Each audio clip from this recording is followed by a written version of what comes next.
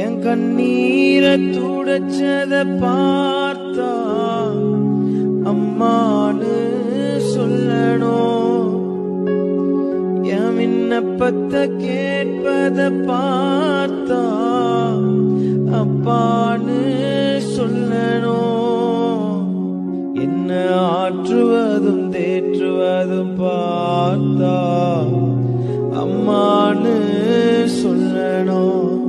என் கண்ணீரை துடைச்சத பார்த்தா அம்மான்னு சொல்லணும்.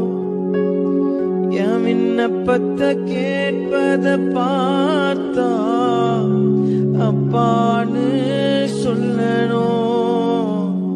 என்ன ஆற்றுவதும் தேற்றுவதும் பார்த்தா அம்மான்னு சொல்ல